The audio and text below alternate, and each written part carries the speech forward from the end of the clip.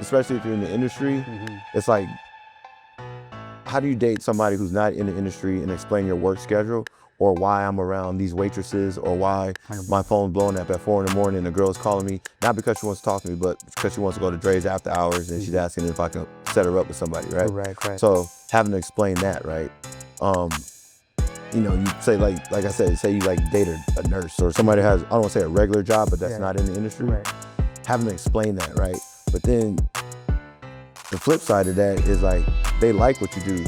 They like the access you have to everything, dinners, shows, and all that shit. So then do you wonder if they're just you take somebody who's never been in that situation, now they're around their celebrity crush. Right. They're around these crazy athletes, they're around all this stuff. But how do you keep them humble? Because then they can get sucked into that. 100%. Now they're going on sponsored girl trips and shit. And you trying to be the cool boyfriend, like, yeah, go have fun with your girls. Yeah. But who's supplying all? I didn't know y'all were going to Nobu. And, you know, right. I know what you do. How y'all afford Nobu? You know what I'm saying? Now you over here, Mr. Insecure, asking questions and stuff. You know, like roles reverse. Like I know how. I've been there once. How you go twice? You know what I'm saying? You know, so it's things like that. Ladies and gentlemen, welcome back to the check-in. Tonight we've got a guest who has literally built his empire from the inside out. Starting behind the velvet rope at Wynn Las Vegas, hosting the biggest names in sports and entertainment at XS and Encore Beach Club for over a decade, and turning those relationships into real ownership. We're talking about a man who went from VIP host to partner as Stitched inside the Cosmopolitan. The same store that Bryce Harper gets his custom suits made, and co-founded AYYA Hospitality Group, which is now putting out some of the most elevated dining concepts in the city with Siempre at Commons, Russell Westbrook, Reggie Bullock, Jay Cutler, David Grohl. These aren't people you meet at a party. These are people who call him when they land in Vegas. He's a former football player out of LA, raised in the city of sin, a Hyrox competitor who brings that same intensity to everything he touches. And instead of chasing somebody else's dream, he carved out his own lane in a town that chews people up and spits them out. From a nightlife to fashion to food and beverage to fitness, this man touches every corner of luxury in Las Vegas. And he did it all by mastering one thing, the relationship. Ladies and gentlemen, Jay Blanco himself, Jay Shaun. I like that. Like, that's a hell of an introduction. Shit. Yeah. I like that. There. I was like, damn, I did that. Well, that's you, bro. Yeah, man. Appreciate it. Yeah, like I've been like, you know, I'm like when I'm in town, I like to get out, and you're always the face that I see in all these biggest spots, the biggest parties, the biggest things going on around the biggest people. Where do you come from? Like, where does that even start from originally? Like, what's the upbringing of? So I think it comes from when I was younger, we moved around a little bit, right? During like the key parts, which I feel are like the end of junior high school and high school. So I did 3 high schools, graduated out here in Bonanza. So like I would build relationships, you know, naturally through sports, friends. And then next thing I know, we're moving, you know, then it's like, damn, go to another city, same concept, then we move, right? And then when we landed in Vegas, it was like, you know, a whole new world. I was like, you know, we're moving to a desert, we're moving to a hotel. Like, I don't get it, you know what I'm saying? My uncle moved my mom and myself out here. And, you know, I figured, okay, this is home. Dad was still in LA. So I would literally go back every 2 weeks. So I never lost those friends in LA. I had friends in San Diego, and then I had friends out here. So when you fast forward, and now that I'm in the hospitality world, we all have grown up. Everybody's doing things from a major level to a lower level, whatever. We're all doing things, but they all come here.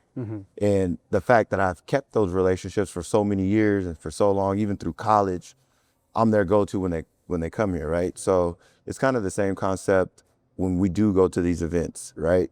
You build a relationship at this restaurant, at that restaurant, or this venue. But then when it all comes back to the nucleus, which was Wynn and Encore, I have all this outpour of people that I've met over the years and relationships I cultivated, and now it just all centralizes with me. So, and you think that's like the most important thing is the relationship aspect of what you built out? It's 100%. It's 100% relationships, because if we meet for the first time and we hit it off, we have a, you know, good encounter, I tell you what I do, you come out and you're like, you know what, let me see what Jay's about. Jay, I'm doing this, I help you out. Now, your boss is coming out. Got you it. know, and it's a referral thing, right? That's what Vegas is mostly built on. Yeah, so people who trust you and your word, you're like, hey, hit up Jay, trust me, okay? I trust you. And then now it trickles, right? But if you have a bad experience with me or, you know, and you don't necessarily get along with everybody, not even in a bad sense, it just maybe we just don't vibe or, you know, maybe it's whatever. If you have a bad experience, now I don't have your network, you know? And you might be like, oh, you know, hit up so-and-so when you go there. It's that, even though you know I'm here, right. but you'd rather refer to somebody because it's like, he was cool, but, you know, we just didn't really hit it off. I don't even know if he could, you know, hold his weight in what he said. But there's like levels to who you're going to take care of, like, you know, who will come to you. I would say you have some of the highest level of those people. Correct. So how do you end up in that position? Like, you know, like you're taking care of everyone's favorite celebrity when they come to town. So some of those relationships have been built since I was younger, right? Like just say like Reggie, for example, I've known him since I was like 18. Oh, really? Right? Okay. So that relationship's there, and you know he'll send me his teammates and you know agents and stuff like that. When Westbrook came out here, just before he got drafted, it was him and Derrick Rose, and an agent hit me up and was like, "Hey, I got 2 young guys out there. Can you take them out?"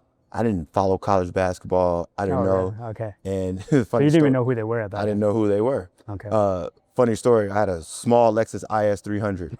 Okay. And I was off. And he was like, "Can you take them out?" I was like, "Oh, man." I was like, "You know what? Let me get up." So I got up, picked them up. Yeah. I had both of them in my little ass car.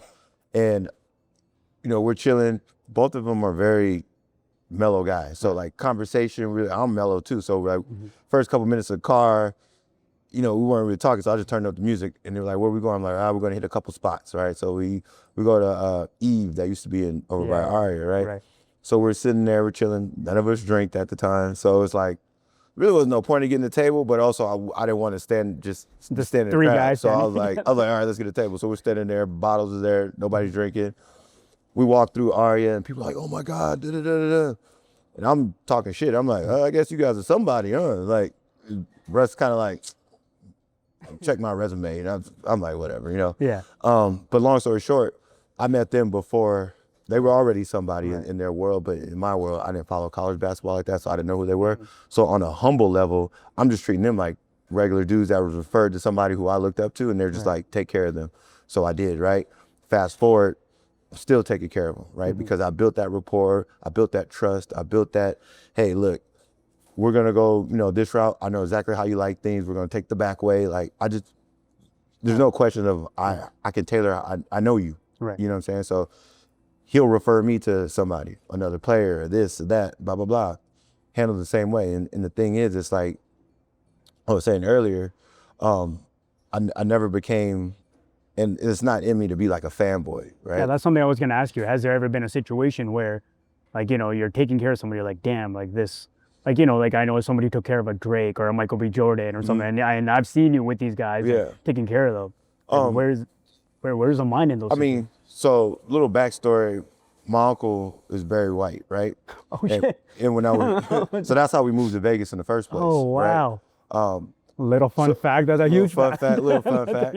So growing up, I was around all kind of people. Right. Like, okay. I was around Jermaine Jackson, Michael. Damn. I was around all these people from a young age, but even then, I didn't know who they were at that time. I didn't even know my uncle was as popping as he was, because I lived with him. So I'm like, that's just uncle, right? He went out, but I never went out with him because I was too young. So I never see how people reacted to him when he was out. I just know how he was when he was around me. That's my uncle, right? We talk, we hang out in the backyard, RC cars, like uncle. Until he picked me up from school one day, elementary school, and my teacher was like, the next day, she was like, "Who's that who picked you up?" I was like, "My uncle." She's like, "Who's your uncle?" I'm like, "Uncle Barry." She's like, "I thought so." And then next thing I know, like, everybody's kind of like, "Oh, you know whose uncle is it?" And I'm like, "Mom, you know, what's the deal?" She's like, "You know, he's kind of a big deal." I'm like, "All right, you know, whatever." Yeah. Fast forward, you know, I kind of grew up in that environment. Like, I would watch him do video shoots. You know, I've been to Soul Train a bunch of times, and you'll see all these people. So growing up, it wasn't like, these are just regular people, and I didn't realize who they were until they got older, right?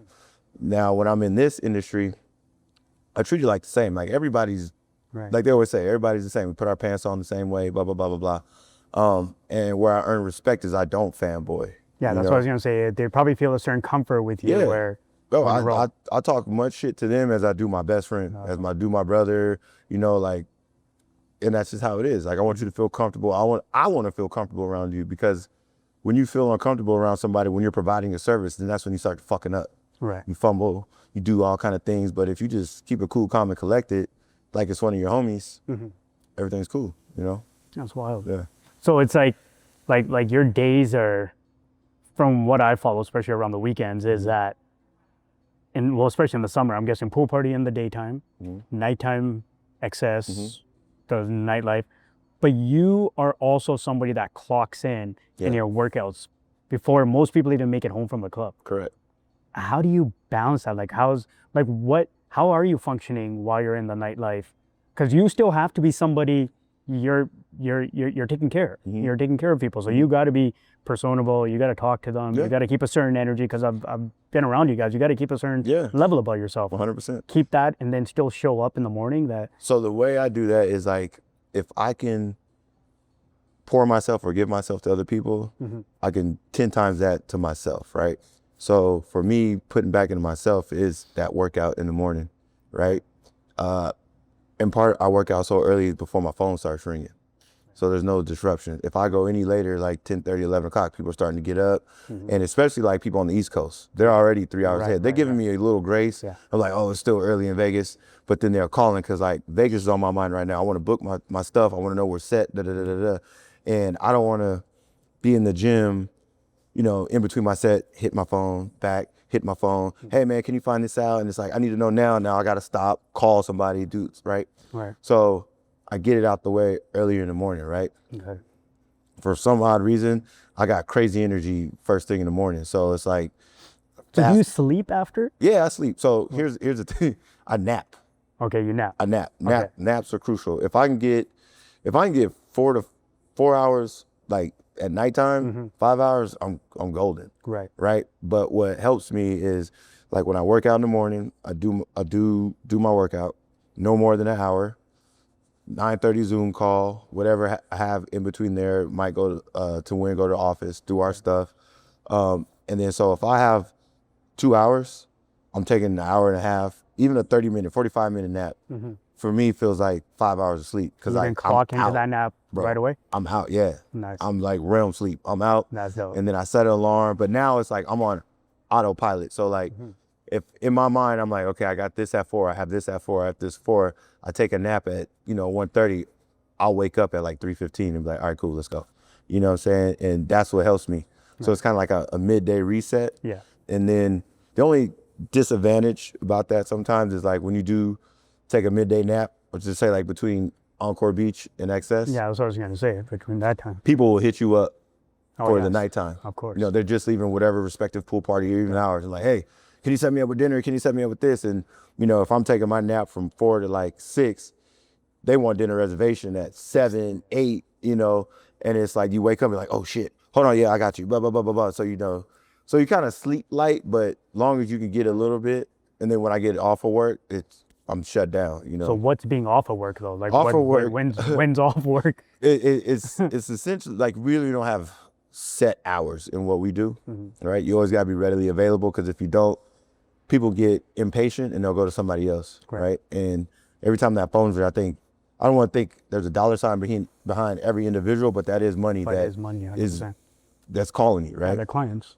So there's really no off, right? People you deal with kind of know your hours, but the ones that don't, if they're really needing your assistance, they can wait. They'll be patient, right? But if they're in the urgency, sometimes I had to learn, you just got to take a L. Like, sometimes you just, you know what? I need to rest, or I need a moment to myself. And if they can't wait, then it wasn't meant for me, or, they could book through somebody else. But also, like, okay, you want to be impatient, you want to go through somebody else, you might not get the same quality of service as you get with me. Take your Do you pick. only deal with like a certain set of clients? No. No, Everybody. Everybody. Because at the beginning, I've had clients, customers, friends, they will come and they maybe can only afford one bottle, right? Fast forward 5 years, sold the company, got a raise, got an inheritance, whatever the fuck. Yeah. Now that one bottle was like, yo, I want the bungalow. That's like 20 grand. Yeah. Bet, you know? So it's like, I've never not taken anybody because everybody starts from somewhere, right? Somebody took a chance on you. Yeah. You started, so you wasn't always a professional. 100%. You had to get to that point. So I take that the same way. I've never not turned away anybody. And I got a really good friend he's a friend first, but he's always been a customer because that's how I met him, through the nightlife, right? And it was busy as shit. He could probably tell you the story better. I don't know if it was a holiday weekend or what, but we were busy as shit. He came to the front, he saw the line, he just rolled the dice and was like, I'm gonna just try to bypass the line. Didn't have much, but the conversation we had was mad cool. We started with shoes, right? He rolled up in some Yeezys or something. And I was like, oh man, you crazy wearing these at the pool, blah, blah, blah. And we were just talking, and he didn't know, that's when we used to have the name badges. And I remember I didn't have my name badge on, so he didn't think I worked there, but we were just talking. And he was mad cool. Yeah. We started talking, and a security guard came up to me and asked me a question. He was like, oh, you work here? I'm like, yeah. He's like, look, man, like, I'm gonna just keep it a buck. Like, this is my last day here. We've been trying to come here. Every time we come, this line is long as hell, blah, blah, blah. We were shooting the shit. And he was just mad cool. And I was like, you know what, bro? I got you. Come on. You know, got him in, had the time of his life, gave him my card when he walked out. And he's always kept my card. And every summer he would come back. And then I swear, like, for the first couple of years, it was the same shit. I was like, oh, I know, he was always cool. Yeah. And then he was like, yo, bro, I just started doing this. Like, I'm doing a bachelor party. We're coming back. Spent a little bread. Spent a little more bread. Spent a little more bread. And then now, bro's retired. And he always, you know, sends me people, always, you know, spends crazy bread. But it all started from, he just wanted to get in. Right. You know what I'm saying? If I was like, oh, you know, fuck you, go to the line. Yeah. That never would have happened, 100%. right? But I've also cultivated that relationship, and he sent me so many people that I, you know, I probably would never met on my own. Right. You know? Yeah, that's something I've noticed too. Like, you know, I've come through XS and Encore and all these places. You guys are always super dope. Like, I'm really cool with the staff and stuff. And I've sent like maybe 4 or 5 bachelor parties this year. And it's just like, don't worry, these guys will take care of you. And they always come back to me. And that's right. Like me, I've come up there. I'm like, hey guys, I'm here, gonna come hang out, just trying to get a day off from training. But then when people are like, dude, Gary's always in Vegas, let's hit him up. We're trying to have a bachelor party. There's one going on this weekend right now. And I set them all up and stuff like that. And it's just, it's like there's always a client or something just based off of respect, just relationships you're building. 100%. 100%. So, like, there's levels to the game when you're in these nightclubs, right? There's levels to it all. Yeah. What do you see the nightlife becoming right now? If there's one thing that I personally have started seeing, is that there's less drinking. Yep. It seems like people are going down the wellness. I'm starting to see these nightclubs doing these wellness retreats. Right. I just had that conversation with Ryan today. Yeah. Did you? Yeah. So I'm starting to see this more and more now. And do you think that's the route where clubs are going to have to kind of change their direction? Because isn't Encore doing something like that, like a coffee party? Or we did a coffee party. We did Pilates parties. Yeah. And it's funny you say that because it's like, I feel like I'm a part of that trend, right? So, well, you definitely are part of that trend. So for work, it was social drinking, right? You're right. Even in college and high school, I didn't drink in high school. College, you turn up a little bit, but it never was my thing. And then when I got into nightlife, it's like, if you turn down a drink, it's like you turn away $10,000. People are like, what the hell's wrong with you? So it was social drinking. You drink at dinner. Yeah. You drink at, the club. The next thing you know, it was like to the point where like we would drink during the day party, dinner, nightclub. And then like that's just Friday. You doing that shit Saturday, Sunday. Then say we go do an outing at another venue. We're drinking over there. And if there's a Raiders game on a Sunday, you're doing that. It becomes a lot of social drinking, right? And then one thing, once I started doing this Hyrox, I was doing them every month. There was a city every month, right? Or every other month. So I was like, you know what? I don't want to drink and then not drink and then drink and then not drink. Let me just not drink, right? That way I don't have to reset. I don't have to redo nothing if I just keep it going, because I'm finding a lot more enjoyment in this than I am in the drinking. Right. It's a lot less expensive, That's one. Was that easy for you to do though? To transition off of? Yeah, it's very easy because I don't have an addictive. The only thing I would say I'm addicted to is working out, but that's something good, right? That's good. So I don't really have an addictive personality. Like I'm not an addict to anything. So when it came to this, that was easy. The hardest thing for me to stop doing was eating candy.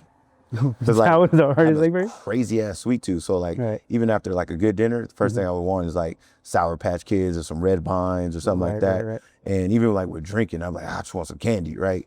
So that was the easy part, Right. is to not drink it. But the candy, that was the hard part. But to answer the first question, where I see the nightlife's going, I see it going towards like, I feel like people are trading in Instagram for Strava, right? Gotcha. So they're, instead of logging in and seeing what everybody's doing, they're logging in and see how many miles your homie ran. Right. You know what I'm saying? How many steps you did at XS? Yeah, talking shit. Oh man, you lying. You didn't run that in 7 pace. I saw you running down the street. That was a 10, you know? Yeah. People are doing that. Look at, like, Diplo's a good friend of mine. Like, look at what he's doing with Diplo's Run Club. I was just going to ask you about that. 20,000 people in Arizona. I'm going to the Seattle one. Yeah. I'm trying to hit all of them. Yeah. But it's like, you know, people are leaving the club early to wake up early to go do that. 100%. And, you know, and it's nothing that, again, there's nothing bad that's going to come out of that. That drinking at the club, and I'm probably doing this because this is what I do, I shouldn't say this, but like, you know, drinking at a club, right? You can probably do more damage to yourself. You know, anything can happen. Right. You know, leaving the club intoxicated. Yeah. But pulled hamstring, cramp. Yeah. Worst case scenario, you know, waking up early, going to run. Right. At the end of the day, you PR or something. You know, it's great. So I see a lot of people going to that space. I'm in that space myself. Right. Younger kids, 2 things. They don't have the money to spend on some of these tables, so it's costing a lot. So are you guys seeing like a decline? So like back in the day, you'll have like 1 or 2 big guys, you know, spend 15, 20 grand on a table. Now you got like 12 dudes splitting a $5,000 table. Yeah. You know what I'm saying? But then now it's like, I got these guys doing that this weekend. Yeah, so you got 12 on this table. They're like, dude, we got 10 guys, but we can afford this table. I'm like, that table's meant for 5 people. Yeah, They're so like, it's like, can we you have guys that? got like 200 per person. And they're you know what I'm saying? pharmacists. But they're smart. They're probably smart. trying to, you know, keep their money tight. I also feel like people are, instead of taking that money, they're doing experiences. Right. So you can go from Vegas to Japan direct for like almost $900, right? And then our dollar's stronger over there. Yeah. So the same $5,000 you spend on the table, you can go over there, eat amazing, do some amazing things, see some things you've never seen before, and come back, right? And you don't need to split it with anybody. That's, you know, you could do that. So I see a lot of people doing that, because a lot of my friends are traveling a lot. Like, you know, like I'll be 42 in August, but friends that are, you know, my age and a little bit younger, they're stamping passports. You know, that's what's big to them. I have a few friends that moved to Bali. Now they're all. I just came back from Bali last week. Bro, they're all in that fitness space. Dude, you know, the fitness space there. Crazy. Have you been there? No. Dude, you would love the fitness space there. It's all about, like, Seminyak area is just all fitness. Every second store is some sort of Hyrox or some sort of, like, some sort of gym. And what's crazy to me is, like, we have access to all that in the States, but people rather take the trip, get an experience, and do that somewhere else. Yeah. You know what I mean? So, like, that's where I see it going. I see nightlife, not so much these mega clubs. I think they're getting to the small, more intimate settings where you can have a conversation. If you want to drink, great, but you also don't have to spend $5,000 for the table, right? You can spend $1,500, $1,000 and still have a great time with a smaller setting, right? It's more intimate. Then what's that doing to the nightclub's bottom line then? It's tearing it apart. It's tearing it apart. It's going to look, in my opinion, we're not going to be able to, I don't necessarily say afford these big DJs, but either they're going to have to come down on their price. Well, the DJs that are starting a lot of these trends, like a Diplo, is starting these don't drink. Yeah, well, you know, but for him, he might like take a L on the nightlife. Yeah, but then on his he's run, supplementing it with his runs. Yeah, and I think he's doing like 8 a year or something like that. If you need to do 8 mini concerts a year and you're running, incorporating health, and then you bring in all these sponsors that want to be a part of it because they're getting in front of people, now you're like, okay, cool, I don't have to do this and be up till 4 in. I can shift it and do this and still have my day and still do my stuff and get some health in. Of course, you know. I mean, Gunna, he has a run club. Travis Barker has a run club. John Summit's starting one too now. John Summit's starting one now John too. Summit. Like, it's all these EDM DJs. Like, they're seeing it. I think if nightlife people are intuitive or tapped in, they're gonna jump on this. Right. you know. Because Liv is starting this daytime workout thing. You know, and no started at first, we did. And did you We guys start? started Ultimate Bodies. Really? Like me, Lockwood. Oh yeah, I remember that. Remember Yes, the yes, Ultimate yes, Bodies? yes. But it wasn't like fitness based, like where workouts at the venue. Yeah. It was more recognizing people that work out industry. Because what do? Work out to look good, work out to feel good. Right. So to kick off the summer, why not show everybody the work you've been putting in, and let's recognize these gyms and these individuals. Would you guys do that though? Like set up that kind of stuff? Because you guys have that huge space in that casino area. The thing, and each hotel varies, right? It's like insurance, liability, right? Because now you're mixing. If you do the wellness space first before the party starts, that's one thing. But like say, let's do a push-up contest, in the middle of Encore Beach, and somebody's already cooked. Yeah. It's like, then they pass out trying to, hit 100 reps. It's like not reliable, right? But it's hit a bench press competition on their so third bottle. When we did Ultimate Body, it was more like a recognition thing, right? We recognized the gyms, the individuals that put in hard work. Let's reward you. Yeah. We had Jay Cutler come and present the award, so it was like, yo, this is crazy. And you guys had Extreme part of that too, Extreme Couture part of that, did. right? Yeah, you guys, I remember I was at that. And then, Liv's done a good job of further advancing that and like, hey, let's put together a workout prior to us opening, right? And then you get all the people there for that, and then you celebrate afterwards. Right? So I feel like, in the next year, we got some stuff in our back pocket that we want to do in other venues. But it seems like everyone's going towards that space. Yeah, they for see sure. it. They see it. They see it, yep. Man, that's wild, man. Yeah. So outside of the nightlife, well, back to the nightlife. Who would you say is your guys' most expensive act that you guys have brought? I've heard Chainsmokers. Chainsmokers is up there because we have them so frequently, right? We have them a lot. Right. So we gotta pay them first before we get paid. So we gotta make sure, and you see them every Memorial Day, every big holiday, Labor Day, Cinco de Mayo, big fight weekend. They're here. We always have them. So when you look at it over a long period of time, they've gotten some nice paychecks from us, right? And do you guys make that bottom line with the tables? Yeah, we do. Those weekends.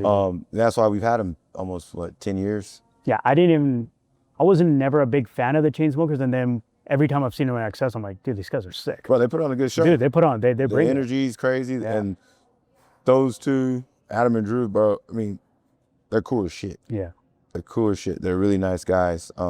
Outside of what they do, they're really cool guys. But I would say Rufus is up there. Rufus is my favorite. Calvin's up there. Yeah. But see, like with those guys, you don't see him as much, right? So if you can only see him 4 times, the only 4 times you can see him is with us. Yeah. Then we got to pay. I've heard that Kelvin Harris is one of your guys' busiest nights. Yeah, for sure. Like it's absolutely crazy. Yeah, it's crazy. It's very crazy. Like ones we had in the past with Drake. Drake was up there. Yeah, I was part of it. Like I was there for that. That was sick. That was a concert. Yeah. That was everybody and their mom came out for that one. Well, speaking of everyone and their mom, your mom is I'm partying with your mom. Man, my mom's my biggest supporter. Yeah, that's dope. Like your mom will be at Encore Beach Club in the cabanas. My mom, I remember the first time she came, she's like, I just want to hang out. I'm like, man, I don't bring my mom to work. Yeah, when did that start? I don't know. I think it started when I had a birthday there one time. Yeah, and she found out how lit it is. And she was like, come, and she's like, yo, I like this. After it's church. Cool. My mom, she loves to dance, right? Yeah. So, and it doesn't matter what music it is. Right. I've seen it. If it has a rhythm, I've seen her party harder than anybody. If it has a rhythm, she'll get to it. So, and you know what's crazy? Like in a subtle way, that also helped with my business, right? Gotcha. Because people who, like, I'm a mama's boy. My dad's the shit too, but like, I'm a mama's boy. People who have an affinity for their mom or their sibling, or their parents, right? They would see me post my mom and they could relate. Yeah. Like, oh man, I wish I could do that with my mom. Exactly. You know what I'm saying? Like, I felt that way when I saw her. Yeah, it's just like, oh, you seem like a down to earth dude. And we all try to hang out with it because we want to feel our parents. Yeah, you know what I'm saying? Yeah. Like, and people, yo man, I'm gonna come. Is it cool if I bring? Is your mom gonna be there on Sunday? Can I bring my mom? And then now it's like, dope is that? Moms are hooking up in Cabana 109, and it's like that's where everybody's mom's hanging out, right? So like, she's in turn helped me build business because people will sometimes see my Instagram or see on somebody else's, and it's not like I got 100,000 followers, like, but I got a niche group, and they would see my mom and they're like, yo, that's dope. Like, Yeah. I wish I could do that. Or, my parents are no longer here. I wish I was able to do that, and it resonates, just certain things resonate with people. That's you know? awesome, man. That's awesome. So when Wynn Field Club opened, Mm-hmm. what was your part in that? Like, who brought that idea? So it was, don't quote me on it. It might have been Hakkasan or MGM or somebody else. It was a bidding war for there was it. a They bidding knew war they for wanted to do it. Okay, so right? they wanted to do it, but they weren't sure which They weren't establishment. sure which establishment, right? Okay. And I believe we won it. And it's a perfect match for us and our type of clientele. Our whole everything. You got your XS night, then you bring them down. Our whole aesthetic Yeah. fits that mold, right? We actually just renewed our contract with them. I wish I had a hand in that, but the powers that be they did a fantastic job, and it's easy for us to sell. Right. Like no other property has that as like, It's, when when I show people videos, I'm like, they're Yeah. like, what is this? I'm Yeah. like, guys, we don't even know if they win or lose sometimes. The way But the party goes. you don't even realize it's third quarter. You don't even realize it's You're third like, quarter. oh, Yeah. look at it's third quarter. Damn. I actually have never seen the stadium yet. Really? I have never seen the stadium. I've actually gone up to the box for WrestleMania, but I've never walked in any part. Yeah. I literally beeline out and I come down there. What's funny? As long as we've had it, I probably walked the stadium like 3 times. I went in the pro shop yesterday for the first time because WrestleMania set up. I'm like, I didn't even know this was here. But And Same. I've just come straight down there and I've never walked around any Same. of the stadium. Same. I've never really. I've never had to go to seats to see anybody. Yeah. They I've always never sat wanna- in the seats. They always want to come. Oh, where you at? Want to come say hi? course, It's like, yeah. you want to come say hi? Or you just want to see the field club? Like Right. keep it real. Yeah. I've been to the suites for concerts and stuff Yeah. like that. But yeah, even for concerts, to me, depending on the stage setup, Yeah. that's probably one of the best places to watch it. I was in the suites for a Raiders game and Mm-hmm. I left to come to Winfield because it's different. Yeah. It's a different experience. It's different. It's a different experience. Everyone's kind of sitting there. You're kind of mingling with business people. Yeah. Sure, you shake your hand, but the vibe is down Yeah. there. The But vibe even is if you're in the suite, it's cool. You got the vantage point. You can see the whole Of field, course. blah, blah, blah. But even the people in the suite, you might not know everybody. Even if you do, you Yeah. just like, I just kind of want to move around. You know Right, what I'm saying? right. Or you look down, you're like, damn, it's cracking down there. Yeah, yeah. Oh, I see so-and-so. And then you run into people and then, it's a good addition. A majority of the people are not even watching the game. No, Like no, I'm a no. diehard Raiders fan, Yeah. so I'm standing in that end. I stand up. I don't even sit at the booths. I Yeah. stand in that end zone And from watch it. getting like I'll come with the same guys and they're hanging out by the bar the whole Yeah. time. I'm down there. And then it's also like, you can eat, you can drink. The bathroom is right there. That's why my You don't wife have to go likes it. all the way down. Even like, say you pay, just numbers purpose, $1,000, 5 rows back, Yeah. 50-yard line, right? Yeah. Got to pee. All the way up, all the way down. You want to get something to eat, all the way up, all the way down, right? Less than that, standing room ticket, you can be damn near in the end zone. Yeah.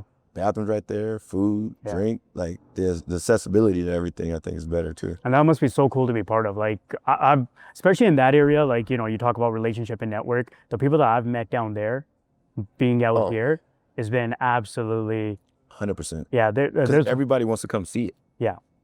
There was one guy that you were taking care of during F1, Mhm. and I met him down there. And I still talk to this guy like every second day. Really? Yeah, I met him down there, and I kept spotting him everywhere. Mhm. And I'm like, because he has a unique look to him, and Mm-hmm. he's an Indian guy, and you're probably figuring out who it is. Yeah. And he took you to the pit lane walk and all Yeah. that. Harry. Yeah. Yep. And I was like, I need to know who this guy is. Because when you see another brown guy, you're like, Yeah. and you see the same people at almost everything, but I was going to every event and seeing him there. Mm-hmm. I was like, okay, I got to know who this guy is. Walking by, talk to him, and he was just the most genuine, dope Yeah. guy. Yeah. And we exchanged contacts, and we've been talking since, because I'm a huge F1 fan. Yeah. Huge F1 fan. Yep. And just to have a guy like that in the garages, like he's part of this. No, yeah. He's not a fan, he's part of it. Canadian. He's Canadian too. Canadian, And that's that my was dog, even, man. worked in a mechanic shop in Brampton. Yep. Right? That's my dog. Yeah. Man. Yeah. So- Harry's the best, man. He's Somebody I'm trying to get on here when he comes through next time. Yeah. And he has some cool stories because He he's definitely he's does. behind the scenes and everything. He helps with the sponsorship. I mean, he gave me he cracked my virginity in Toronto Right. and showed me the world up there. I was like, Really? yo, I didn't even know. I Really. love it. I don't care if it's winter, Thanksgiving, I'm there. Yeah, Toronto's different, man. Yeah. Tried. Toronto's awesome. Have you been to Vancouver? Yeah, I've been to Penticton, No way. Kelowna, Kamloops. That's where I'm from that out. Really, yeah, I've been all up in there. And the funny thing is, like, I did the drive So we drove. Drive's nice, right? Yeah, we drove. We did, like I said, Penticton, Kamloops, Kelowna, hung out in Van for a little bit. Yeah. That Okanagan Drive, man. Bro, that It's the greatest. that shit's wild. Wild. And then it's just like hitting those turns, and then it's like, oh, little waterfall, mini waterfall. I'm like, where all this damn water coming from? Like, yeah, it was sick. It's amazing, man. Yeah. Yeah, it's like, you know, with guys like Harry and stuff. Actually, I'm supposed to meet him at the Montreal GP, the Montreal Grand Prix. And then obviously I'll probably see him at this one. Go. And this year's season is just kind of all messed up with everything happening overseas with the Middle East and stuff like that. Yeah. So you're not just in nightlife, you're also in the restaurant life. You're also, where does that, like, what makes you want to strive for that? It wasn't so much a goal of ours. It was just like literally me and my partners, we're just politicking. So this is your own side thing. This is your own thing. Yes. So we were, you know, we started with crust and roux. Yeah. It started as like pot pies, right? Yeah, I remember. And gourmet pizza, right? Yeah. And then just opportunities came like, hey, this space is available. You know, do you guys have another concept you want to put here? And we're like, yeah, we got something in the pot, you know. But you guys were always thinking of new concepts. You weren't just like okay with what that one spot? The only thing that I don't want to say regret, because we still learn from it, but the only thing I wish we wouldn't open so many restaurants so quick. Okay. We opened up 3. Because I remember there was a point where I'm like, dude, this guy, that's what intrigued me. I'm like, this guy's popping up new places. We opened up 3 in like a year and a half, right? Yeah.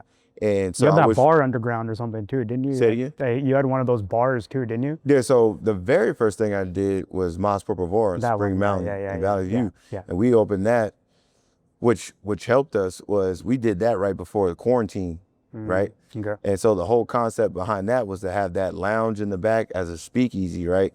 In the front, you know, just a really disheveled taco spot. That's what the concept was to look like. And then you got this beautiful area in the back. Right when we were open, the city shut down. But we treated it like a true speakeasy because we weren't supposed to open. Yeah. Right? So we were like, hey, underground, we have an entrance in the alley. Yeah. We'll tell the people we know, pull up.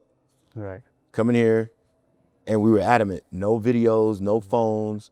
Like, you have your phone, but don't take videos because we don't want it to get out there. We were selling the tables. Yeah. And we got a buzz going that way, right? And then when we were free game to open, people were still reluctant to go to the major stuff, but they were still coming to us. Absolutely. So we had our own little true speakeasy, like, you know, like back in the day. And that's what happened with that.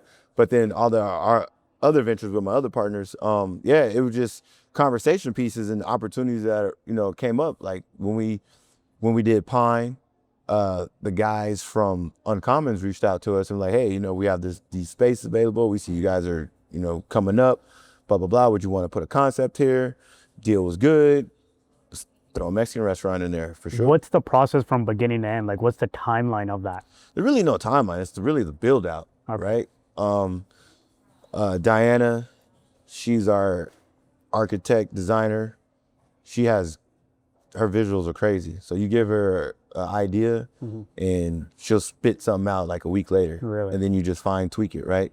So then when you have like-minded people who kind of know your style, kind of can, you know, take whatever I'm trying to bumble out my words and put it on paper. Right. And it's like, okay, yeah, this is exactly what I'm talking about. It makes that process a lot quicker, right? So everybody has their role. Everybody has their role. And then also, you know, having the nightlife and all that background, you make these relationships with people from all over. So like you might meet a guy who's a general contractor. Right. You might meet a guy who does, you know, TVs and audio stuff, right?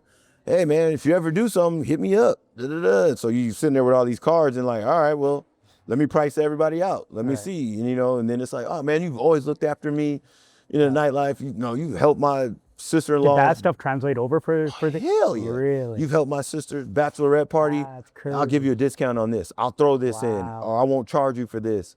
You know, but you want to pay because you want quality work.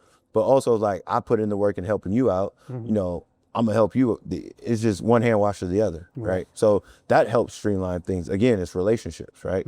Instead of cold calling somebody, you know, I've you know, I've dealt with this guy a few times. He told me he's a good audio visual guy. I've seen his work. Hey, I'm finally doing my restaurant. You know, we want this type of, yeah, man, I got you, blah, blah, blah. Let me help you out. Or let me show you how I can help you out and do it for less, right? But still get the same quality. So it always transfers. Yeah, that's crazy how you transfer and leverage that. Bruh, you wouldn't believe it how much that transfers. Yeah. So how many people are in your core team of that handle? In AYYA, it's front facing is 4 of us. Okay, so right? it's 4 people. Yeah, 4 of us. But then behind the scenes, we got lawyers, architects, course, you know, everybody. But we say everybody's still a part of the group, right? Whether everybody sees you, but you know, he's helping you, right? So we all have our role. Right. And the thing is, long as we have our role, know our role, stay in our lane, I can input, but you're in your position because you're good at what you do. I'm in mine because I'm good at what I do, and we stay. I learn. Like one of my partners, like his financial background is crazy, right? And within the last few years, he helped me take my bank account from here to here. And it's like, that's his role. But when we transfer that to our businesses, I'm learning why we're doing this for tax purposes or why we're doing this. And instead of buying this, why we're buying this, you know, it starts to make sense to me, right? So, but then and that's something you got to learn with boots on the ground. Boots on the ground. But then him always being behind the scenes, he's learning why I'm going to this event, why I'm doing this, why I'm, you know. So when we come to doing stuff, it's like, hey, remember when I went to Kentucky Derby? These are the guys I met at Kentucky Derby, and these are the guys that are going to help us. Oh, okay. You know what I'm saying? He might not be as personable as I am, but my role is I'm the personable one. Right. He'd rather stay over there. So we play off each other, right? Yeah, that's wild, man. Yeah, that's amazing. Yep. So how do you, like, when you're doing market research for the spots you're going to open, how do you know if it's gonna do well or not? Like you don't. You're just you can do it's just a passion of wanting to open a certain genre. There's so many aspects as to why a business can be successful, especially in Vegas, because there's a lot of restaurants here. It's big competition. There's one every 20 feet. Yeah. There's so many aspects as to why a business can be successful. It's hard. You can do all the market research you want. You be like, okay, we're in the wealth, like Siempre, for example, right? We're in the wealthiest zip code. That area is the wealthiest zip code. I would think it would be somewhere where the $1 million houses are, McDonald's Ranch or the Summit, right? But it's like, no, that zip code is wealthy, but that doesn't translate to people are going to spend money in that zip code. It's just a lot of wealthy businesses, a lot of expensive houses, but it doesn't mean those people are going to spend that money in my Mexican restaurant. Got it. Right? So it doesn't always translate. So you can still be in the best area and not get what the research should spit out. There's places that in Vegas that are in the worst fucking neighborhoods, but got, like, look at Golden Corral, for example, right? Yeah. Nobody would ever think Golden Corral as popping as it is, as hard as it is to get in there. I had no idea. You drive past that place 80 million times. There's always homeless people just shooting up you'll outside pull in there and you'll be like, this spot? Yeah, exactly. Like, but once you're in there, you're in a whole different world, right? Doing the market research wouldn't tell you this is going to be a profitable area, right? I've had friends come here, start businesses, and I'm telling them, don't do anything on the strip. Do stuff off the strip. Create a destination point. Oh, man, we got to be on the strip. That's where the traffic is. That's where the tourists is. I'm like, that's where crazy rent is. Right. You know how much you got to make just to make your rent before you start to make a profit? You know how much merchandise you have to have in stock before you even start to sell it? Like, it's crazy. They come, man, shit, you were right. Like, no shit, you're gonna be right. You're right. You know what I'm saying? Like, you know, I look at it like when they built SoFi, everybody's like, oh, it's a Riverside. Like, why the hell are they gonna build SoFi there? Well, first of all, in LA, there's not too many other places where you can build. Everything's already built unless you tear something down, right? But if that's the only place I can watch the Chargers, that's the only place I can watch the Rams, I created a destination point. I have to go there, right? So I feel no matter where you build something, if your product's good enough or you know, do your right stuff, people will go. Right. There's no point. Nice, Chris. So being in nightlife, being in the restaurant business and all that, what was COVID like for you then? Because now the whole world is, because you're all about hospitality in every way. So, couple things. Nightlife is shut down, right? If you had to go in there with a mask and all that, like drink, sip, all these rules, right? Yeah. And nobody's really policing the rules. No, of course. But the whole hospitality, hotels, everything was closed, right? But luckily I work at one of the best places on earth. And our president was like, it's not your fault that we can't open. Right. So they was still paying us. Oh, no way. Right? Okay. So it was almost like a paid vacation in a sense. Nice. Right? So I didn't have a bad experience with COVID. Right. That was probably when I was going crazy. I was at all the ground zeros. I was in Miami. I was in Arizona. That's dope. Went to San Diego. But it was cool because, like, you know, one of my buddies was in New York. New York was shut down. He was like, yo, I'm going to come visit you. And it ended up turning into like 2 months of the best time of our life, right? We had no rules. We're still getting paychecks. Yeah. We wake up at the Airbnb and be like, man, let's go to San Diego. All right, you want to drive or want to fly? Let's drive. Make a road trip out of it, have a great time, go down there for a week. All right, where you want to go? Man, let's go to Arizona. All right, cool. Go to Arizona. You know what I mean? It's like you can do whatever you want. So we had a great time. Now, obviously, there's a lot of people that are affected by it. Right. And if they still weren't paying us, my perspective would probably be different, but I was very fortunate. And, you know, again, like I was always working out, but we honed in on it. Right. You know, I think I've always ran, I've always done minimal cardio, always lifted heavy, but some of the gyms were shut down. Yeah. And so you had to like sneak and find them. And, you know, my buddy Lynn, he had a gym at home. I would go to his house and lift, you know, but then it was also on his hours. He wasn't getting up early and I didn't want to wake him up. Got it. So like, you know, I'm like, you know what? Let me rent some bikes. Right. So I go down to Bike World. I buy 2 bikes. I buy me a bike. I buy my mom a bike. My buddy Matt was like, I'm gonna buy a bike. But we ended up cleaning this dude out. We bought like 17 bikes, right?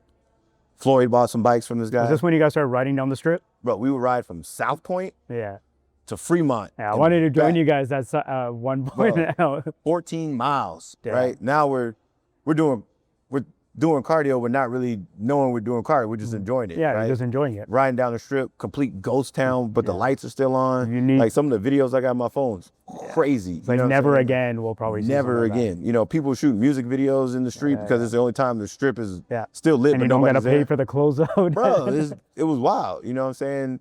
I had a great time during COVID. You know, me and my buddy Greg, we should have like COVID appreciation once every other year where everything just shut down. Right. Yeah, no, it was a great time. But for the hospitality, I mean, obviously it suffered. It sucked. Restaurants, you know, did it give you time to work on other things that it gave you time. It gave you time to work on other things, and it gave you time to see what you were really made of. Yeah. Because the future was unknown. Yeah. Right. And you saw how people lost their shit, and there's some people just embraced it and made the best. People found hobbies. They found skills that they didn't even know they had. I created skills that I had no. Like I became a day trader. Yeah. And just had no idea. And I was teaching all the fighters because the UFC wasn't paying anybody. Yeah.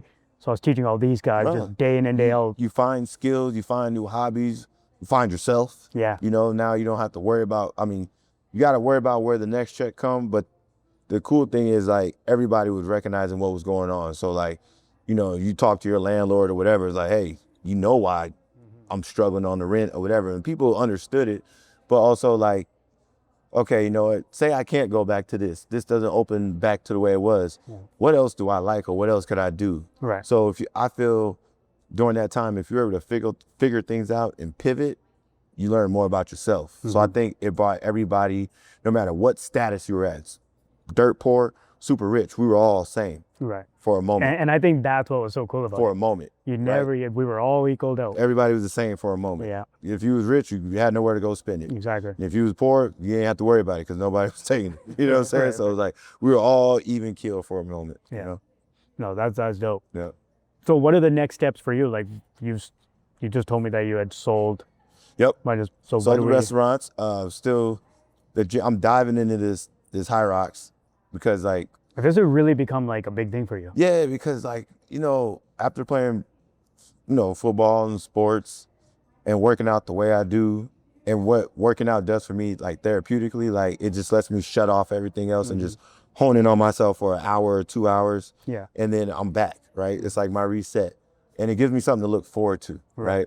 And then also like I've gotten a few friends since I've started doing it that they started doing it, and like the joy that I see that they're having now, it brings me joy, because it's like when you discover something new and you're able to share it with somebody and they find the same joy in it, it's dope. So now it's like a crew of us, and like my buddies in LA, hey, you doing Miami? Yeah, all right, we there. What was your PR? Man, I ran a 7. Like now it's different conversations as opposed to like, man, I got fucked up last night. I spent like blah, blah, blah. Like our conversations are different, right? Yeah. And a few of my friends, recently got married. Buddy Mike just had a kid. So like people's Perspectives are changing, 100%. right? Yeah, so it's growing, right? I haven't done one yet. It seems like in Canada it's harder to find these schedules. Yeah, I mean, there's gyms that do them, but they're more popping. It's been around since 2018, Right. but overseas, and we got a hold of it now. So like, when we latch on to something, we latch on, and now they're, popping up everywhere. And what's the dope part is like, if you like to travel, you can travel and go do one, right? That's cool. Is the circuits always the same? For the last 3 years, because this is my 3rd year into it now. So yeah, I've seen they just added a couple more cities in the States. Okay. Well, like the circuits, like as in the exercise. Oh yeah, the actual exercise, always the same. Okay. And on that note, like what I like about it is no gripe at CrossFit or nothing like that. And even right now, they're like CrossFit, Hyrox, blah blah blah. Yeah, it seems like. As long as you active doing something, who gives a fuck? Right. Like, who gives a shit? Well, it's because CrossFit built a cult following, right? Yeah. Which Hyrox might have too, but it's like, I don't think it really. Why does it, in my opinion, why does it have to be a this versus that? Like, if somebody's active, and if you like that, cool. If you like that, great. Baseball's cool. I'm not a super huge fan. But I'd rather go watch a football game. Right. Not to say that the work that the baseball players, I see what they put in. I see the work they put in, and it's a skill set I can't do, and I respect it. So like, I don't understand why they can't respect each other's, sport. But the thing that I like about Hyrox is everybody in this area right here, in this lobby, can do it. You can do it. Right? It doesn't counsel anybody. If you're an amputee, you can do it. If you're in a wheelchair, you can do it. If you're blind, you can do it. Right. Like, everybody can do it. So it doesn't alienate anybody. The only thing that, if you do feel alienated, it's because you're alienating yourself and you're seeing other people do it and you're telling yourself you can't do it, but you can't, right?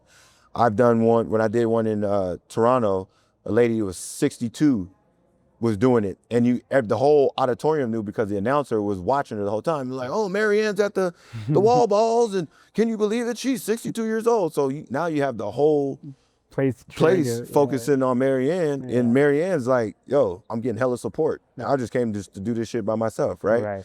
Or you got, your weekend warriors doing it in front of his kid, or a father-son combo can do it. Like, oh, I've always wanted to do something with my son. This is something I can do with my son, right?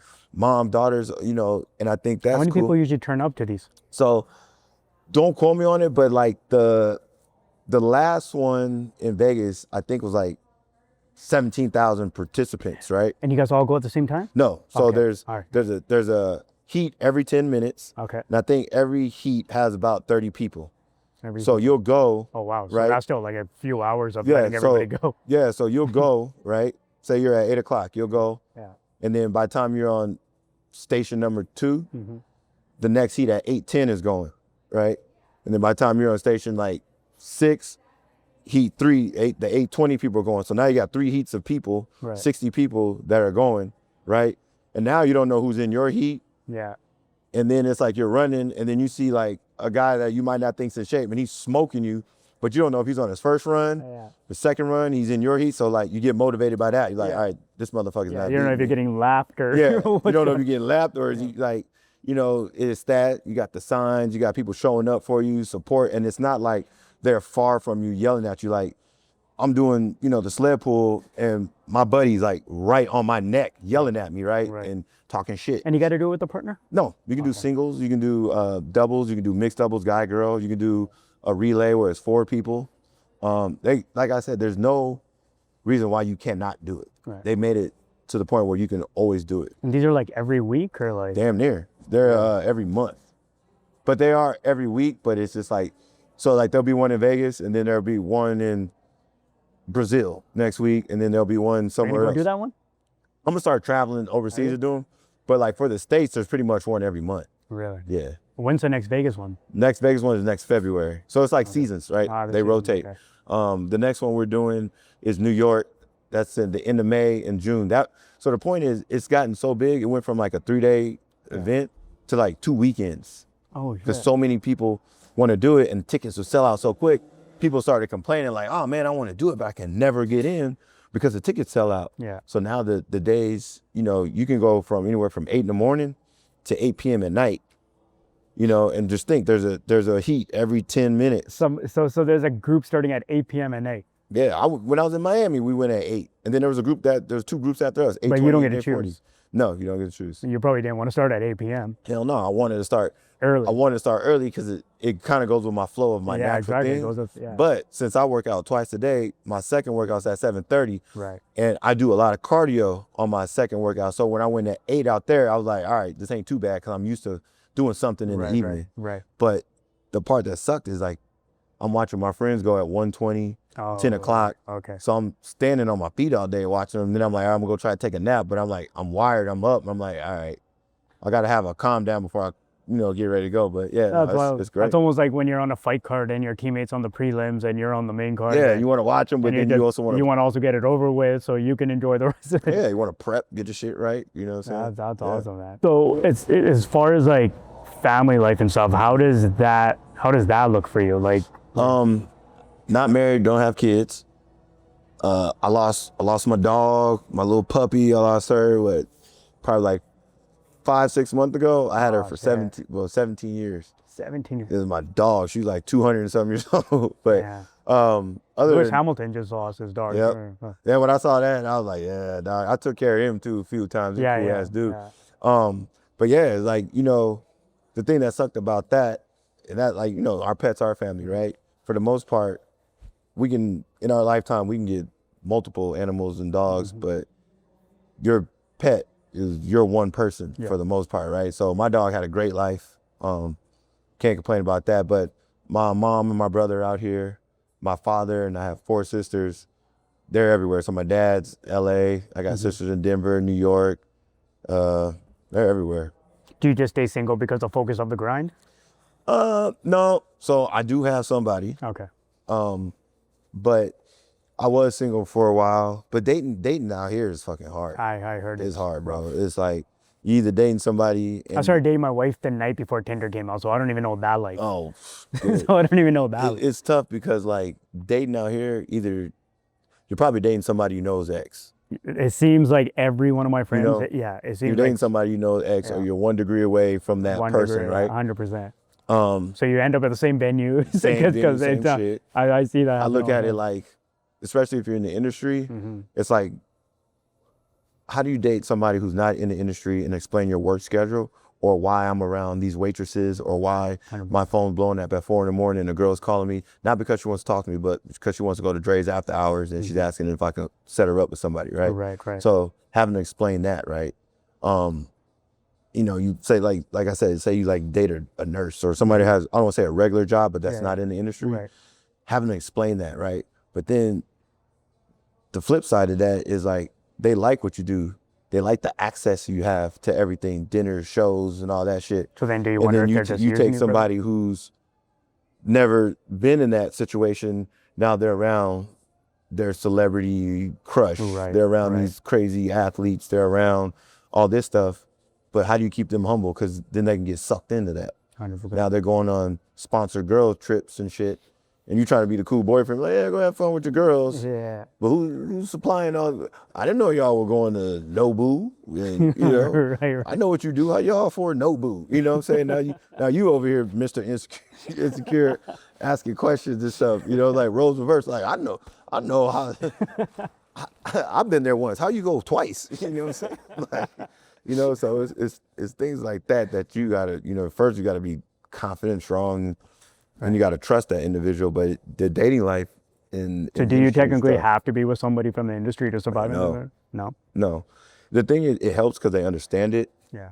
But like I said, it's almost like when you go to a high school, you know who's in your high school, right? You don't know what's at Durango High School. You don't know what's at Bishop Gorman because you don't go there. You only know what's in your circle. You see what's in your circle all the time. So I think the nightlife has a circle, like you know who's in your circle, right? Being in Vegas, even from Vancouver, like you're way deeper in it.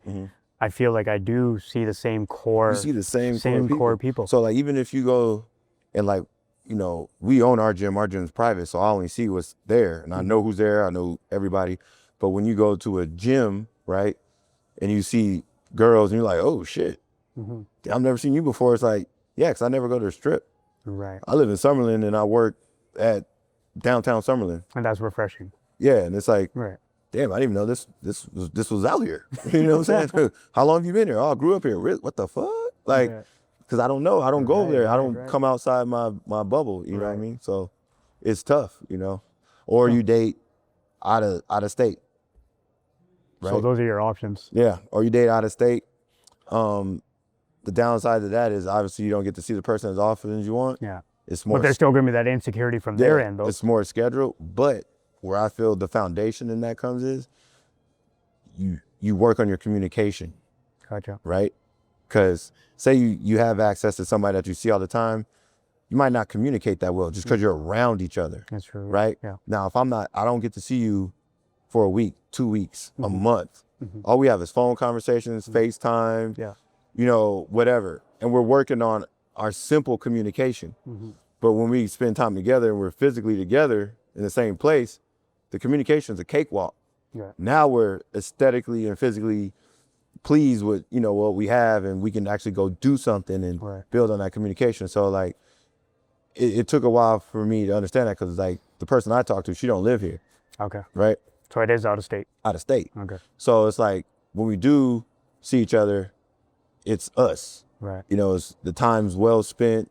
You know, we have our fun, we enjoy. You know, she only knows my friends through me talking about them. So when she sees my friends and meet them, oh shit, blah, blah, blah. You know, now it's fun. Like, oh, now you get to see my buddy Matt for the first time. You know what I'm saying? So it's cool, you know, and vice versa. So I think for me, that was the fun part about it, right?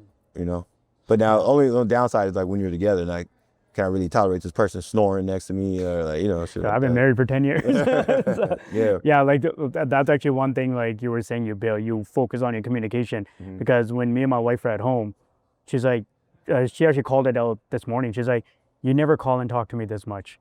It's because when I'm with her, we're just running around my kid, and I'm trying to work on my stuff, my businesses and my stuff, and then we're just trying to just survive. And here I'm just checking, oh, I'm about to do this interview. Oh, I'm about to do this. Oh, I'm just calling you, letting you know. She's like, dude, you never communicate this ever. But since she's in Vancouver right now and I'm here, I'm just checking in. Yeah, because even sometimes, like when you're here all the time, it's like, you don't check in because like, oh, I'm about to see her in 20 minutes, or I'm gonna see her when I get home, blah, blah, blah, blah, blah, blah, right? And the downside of like not being in the same spot is like, you know, you talk so much that when you don't talk, it's like, is everything okay? It's like, yeah, nothing really happened in the last hour and a half. Nothing new. You know what I'm saying? So let me do some things, and you know, maybe some shit might happen. I'll have something to talk about. You know? That's dope, man. So where do you see like the whole vibe of Vegas going now? Like, do you see it like when people are always like asking me like, so you just stay on the Strip? I'm like, dude, I don't stay on the Strip. I'm like, there's a whole life off that Strip that's completely different. Especially now with all the entertainment, like, you know, you can come to Vegas and not even go to a club, because there's so much. There's football games, there's events, there's concerts, there's, you know, you can go to WrestleMania this weekend. So much stuff to do. Where do you think the entirety of Vegas is kind of headed? Do you think it's going away from the night? I think Vegas is gonna trend away from nightlife, because we've had so many mega clubs and so many options. I think the options are going to condense. I think it's going to get more to intimate settings. And I think Vegas is a city, yes, but I think it's going to become more of a true city, being with the sports. Now we're going to have fan base, right? Like when you go to Chicago or, hell, LA, any major market, like I think of New York, I don't think of going out first. I might think of like, oh, let's go catch a game. Let's go do something. Let's go to a nice restaurant. Let's go catch a Laker game. Let's go see the Mets. Let's go see the Knicks. Let's go do something. So now that's just another caveat that we have. Now you don't have to go to Vegas and go out and blow it. You like, oh, let's go to Vegas. Let's go to the Sphere. Go to a football game. Let's go to the Sphere. It's going to be true entertainment. F1. In a sense, right? Baseball's coming here now. All of that. So now you can make a hell of a weekend out of it. Like, yo, we're going to go see the Sphere on Friday. We're going to go to Wynn. We're going to go golf Saturday morning. You know, we may or may not go to club, or we're going to go somewhere small. Let's go eat at, you know, let's go eat at Delilah's. And then we'll save ourselves, because Sunday we're gonna blow it out at the Raiders game. We're gonna go blow it out at the table at the Field Club. Yeah. And then you make a weekend out of it, and you don't even step foot in the club. Yeah. You know what I'm saying? I've had those weekends. And then like I've had friends come and visit, and the first thing they want to do is go out. I'm like, bro, have you ever been in Summerlin? You ever been anywhere else? Yeah. Or when I go, because I like to ride Harleys, Right. and I go ride, and they be like, yo, how far did you ride? Where'd you go? I'm like, bro, I was 30 minutes down the road. What? Yeah, I'm like, Pioneer Saloon. It's a cool little bar. You go up there, you eat. Right. You know, it's a cool little ride. It's dope. Yeah. I'll ride up to Mount Charleston. Bro, they got snow there. I'm like, the fuck? Yeah, it surprises people, man. 100%. I'm like, yeah. People think it's hot here all the time. I'm like, hey, it's colder than Vancouver here sometimes in the winter because it's that desert cold. I'm like, hey, it's colder here. I was talking to Harry, and when he was talking about F1 coming here, you know, I was picking his brain about it. I was like, how do you think about it? He goes, mate, it's brilliant, blah, blah, blah. He goes, the only thing that they didn't think of is a cold tire. It's cold in November. Yeah. Me being here and hearing them saying that, I'm like, yeah, it is cold in November.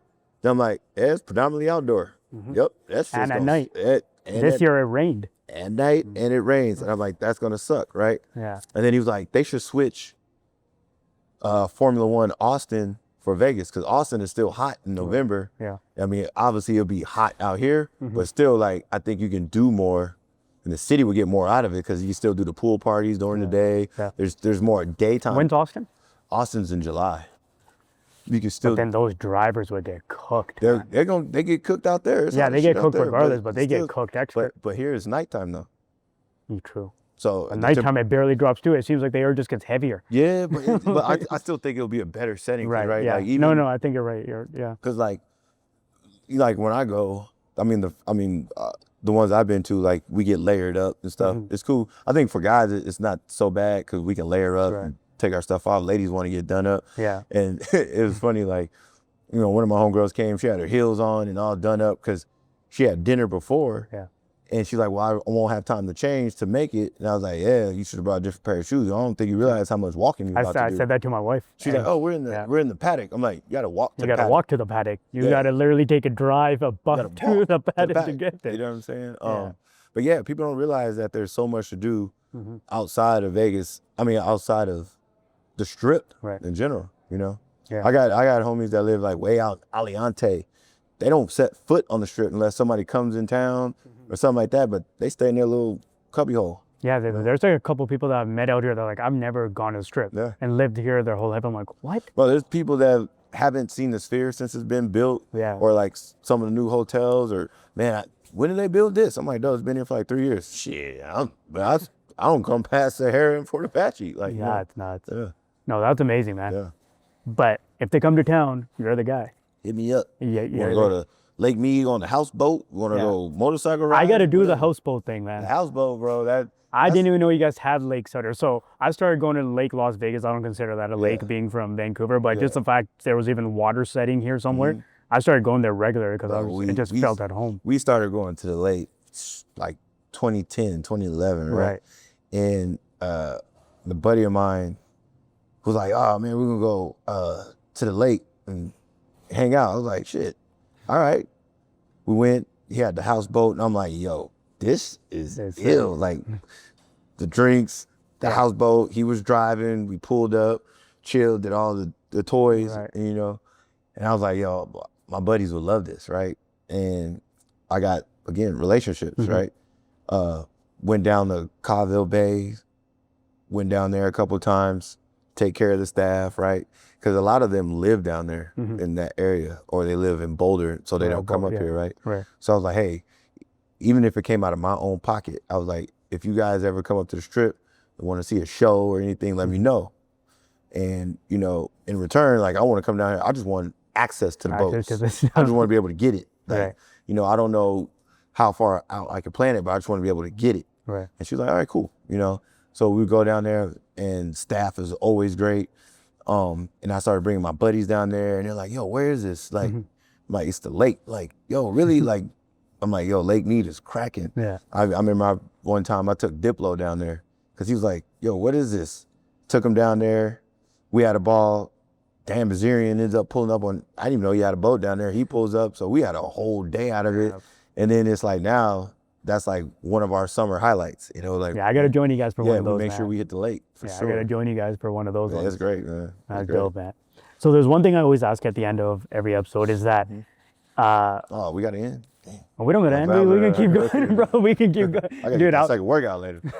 oh yeah, you gotta work out, yeah. So if today was your final day, what is the legacy of Jay Shaun? What do you want to be remembered by? Your friends, your family, the industry, the people that you have taken care of? That's a tough one. That's why I ask it. In a sense, for me, I would want them to remember me just as a solid individual, right? No matter at what point I was, and I'm not talking like financial or anything, but like regardless of what job I've had, or where I was, or the status, or who I know, I've always been the same individual. I'll never treat anybody different because I'm next to this person, or I'm no longer in this situation, I'm in a better situation. I've always treated everybody the same. So if I was to sum it up, just a solid motherfucker. You know what I'm saying? I would do anything for anybody out of respect, you know. But I also want you to have your own memories of me. If you remember me like, oh, that dude was an asshole that one day, cool. I'm cool with that.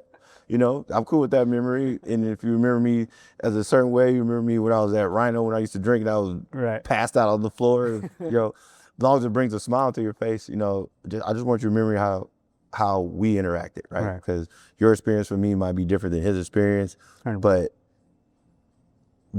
whatever struck a nerve to you, that's how I want you to remember me. You know? That's dope.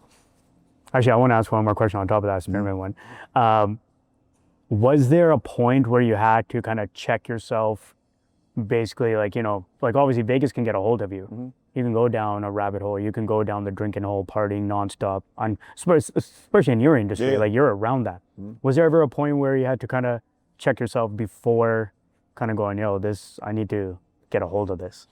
No, and I would say that confidently because of my parents, right? The way they raised me, the way their work ethic is. I've seen how you can either be thrusted, put in a position, or, you know, get in a position and it can be taken away from you tomorrow. So I've never had a point where like, yo, I'm doing too much or I'm checking too much. I've always been like an even kill, you know. It's a good and a bad thing, right? Like when I was drinking before I stopped drinking on the social. Have you stopped drinking? Yeah, I stopped drinking because I do those Hyrox so much. I don't want to like, you know. And then it was like I never was really a big drinker. It was just always social. Just drinking. Social, yeah. It was never a point where like I felt like I gotta slow down, right? Because if you've known me, like I said, I've always been the same for the most part. So if you know me, we might have been at Encore Beach and I got lit, but then I would still go to the gym. You'd be like, bro, how do you do it? It's like I just have to. You know what I'm saying? I've always stayed with that. So I've never steered away from what got me to where I'm at. And I felt if I did, you know, it could go either way, good or bad. But as long as I stayed with what's always kept me grounded and level-headed, which was, you know, my parents, my upbringing, my routine. I'm very routine. Not to say I'm not spontaneous. I'm very spontaneous, but you always have to have a base, right? I think that's what always kept me focused. So I never really had to, whoa, Jay, you're doing too much, or check yourself. You know what I'm saying? Because again, if I got a promotion, right, I've never stepped on the dude or the individual that's less than, right? Because they've helped me get to where I'm at, 100%. You know? And I would never want them to feel like they couldn't get to where I'm at or go beyond where I'm at because like, oh man, you get up there and you become an asshole. Like, nah, man, that's not what got me here. So I never had that. Yeah, I think the routine thing is such a big thing. Like I always say when I came out to Vegas, if I didn't have the routine of being an MMA fighter or already been in a relationship, I don't, like, I can see how the city can consume you. Like when I would come to Encore Beach Club, I would train 3 times a day, every day from Monday to Saturday. And that was my training camp. And Sunday I would still train. But I would go to Encore Beach Club right after I do jiu-jitsu on Sunday open mat. But I would have an alarm clock set on my phone at 6 p.m. And Anoop and Nick, like, you know, the guys that we know, once that alarm hits, I'm out. I beeline out. And I go straight to Whole Foods, pick up my grocery, and I'm in bed by 8:39. And that was my thing. Like that was, I could enjoy it. I could decompress. I could reset my mind by stepping away from being around fighters all week and being around punching and kicking and sweating and just kind of reset in that nightlife and then step out and just routine. But I can see how it can consume you too. Yeah. And that's definitely it's the routine that can save you. Yep. And then I feel like there's nothing wrong because like my girl, she'd be like, man, you're so direct. I'm like, but at least you always know where I'm gonna be, you know, like in a sense of like where my focus is, 100%. where my headspace is at, like, and if I don't do it starts off with that first workout. If I don't do that, my whole day is kind of like, That's true. like I'm gonna still push through and do things, but it's just something about But something doesn't that zone routine. in. Even my waking up routine, how I get ready routine, like everything is just that wake up routine's huge, man. Because it sets me up for whatever might happen. But as long as I get that, I'm straight. You know what I'm saying? So that's one thing. Like you, when I'm at work, and I'm there super late, I know I'm an Irish exit, and I don't feel bad about it because I know what I want to do in the morning. Right? So that's and I think, like you, sometimes you can talk to people, and you can tell who's played a sport. Right? Yeah. Because I think sport and working out, one thing I know, it creates discipline. Right? Through routine is why. It creates routine, right? So being in that environment, being in that routine, creating that discipline, when you are in that environment on that type of level, it transfers to everything else. Yeah, like we were talking about the last one, that 4 o'clock window to like 7 when your phone isn't ringing, that's your workout window. And if you go past that, that's when everyone's reaching out to you. My kid wakes up, I gotta deal with him. Plus I'm trying to do other stuff. I got messages and emails.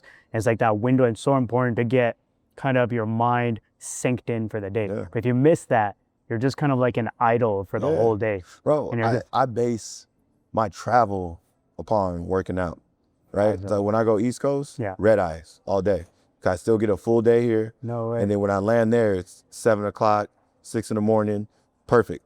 Put my bag in if I can check in. If I can't, change of clothes. Where's the gym? I'm working out, right? Same when I come back. I'm on the red eye.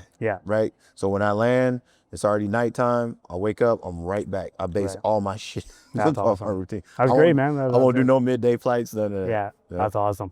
Bro, this has been a pleasure, man. Pleasure I've on mine. wanted to sit down with you for a long time and just kind of pick your brain and learn about you. And because we pass each other all the time, we shake hands. You're always so humble that you always say hi. It doesn't matter who you're with, what big names with you, you always stop by, and I never forget that. So your legacy with me is always, you're always a down-to-earth, dope-ass guy. There we go. And whose mom I get to party with sometimes. So I said, dope, bro. Pleasure, brother. Oh, man. All right, it's dope, man. Thank you.